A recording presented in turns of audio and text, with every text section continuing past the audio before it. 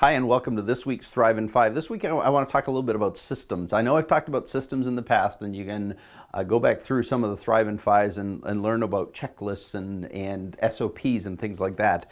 But specifically today, I want to tell you about something we've been learning here in our business, and I hope it helps you. I think this also relates to personal, and you can adapt it for your personal life, but it's how to improve your systems. And the way we've been learning this is really, we've spent a lot of time really figuring out how to write effective standard operating procedures. We call them SOPs. You could call them operating procedures. You could call them a specific learning manuals or how to do things, but we just call them SOPs in our business. And SOPs are really how-to documents. They're documentation about how to do a specific task so that it can be done repetitively and repeatedly in an appropriate way, in a way that's appropriate to what you're trying to achieve by that particular task and the outcomes you're trying to reach. So SOPs are your how-to. That begins the process, but we've discovered over time that that's not enough. SOPs are how to do something, but you need the second piece of it, which is a checklist, which is your did you do it? And so checklists confirm you did do an SOP or a task in the way that it was standardized to be operated through. So you got to have your SOPs and you have to have your checklist. So those two have to work in harmony. I don't know if I completed it all if I don't check it off. And so checklists matter a lot. But one of the more recent things for us here is really understanding the power of audit. And audit is the checking if it was done. So if we've got a how-to and a did-do, and we also now have a check-do, and audits help to make sure that the SOPs were done. So that audit can be done by either checking, did an appropriate step in an SOP get completed, or did the actual checklist get completed? Both of which are very important.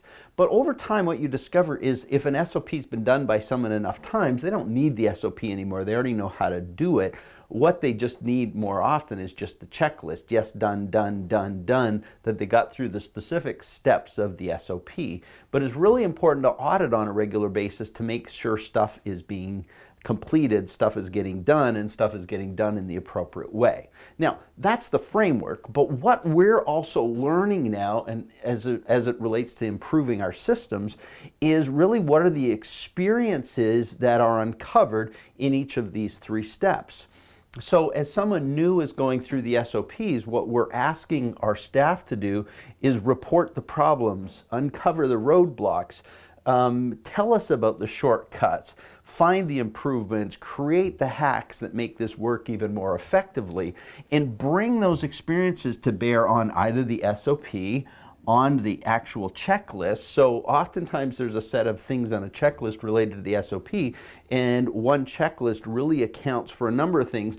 But if we continue to have problems and there's a checklist item missing, it's really important to add that to the checklist. If in the audit we discover things that keep showing up, well, we want to make sure we go back and adjust those. And that's how over time we keep improving these systems. Sam Carpenter's book is really helpful for that one. It's called Work the System. And really helps to understand this whole SOP process and how he really changed his business. And for us here, what we're discovering is the power of these checklists, the power of the SOPs, but more importantly, the power of audit to really improve those things and the experiences that underlie all of this to actually make it better all the time. And so as you go and as you try and improve your systems, first, make sure you have a standard way to do a task. Then make sure you have a checklist system to ensure those tasks get done. And then finally, use either a temporary or an infrequent audit to make sure that those tasks and those checklist items are actually being completed. But more importantly, build the experience that your staff, your team, that you have into what you do to ensure they get better on an ongoing basis. I hope that helps you and your business. We'll talk to you soon.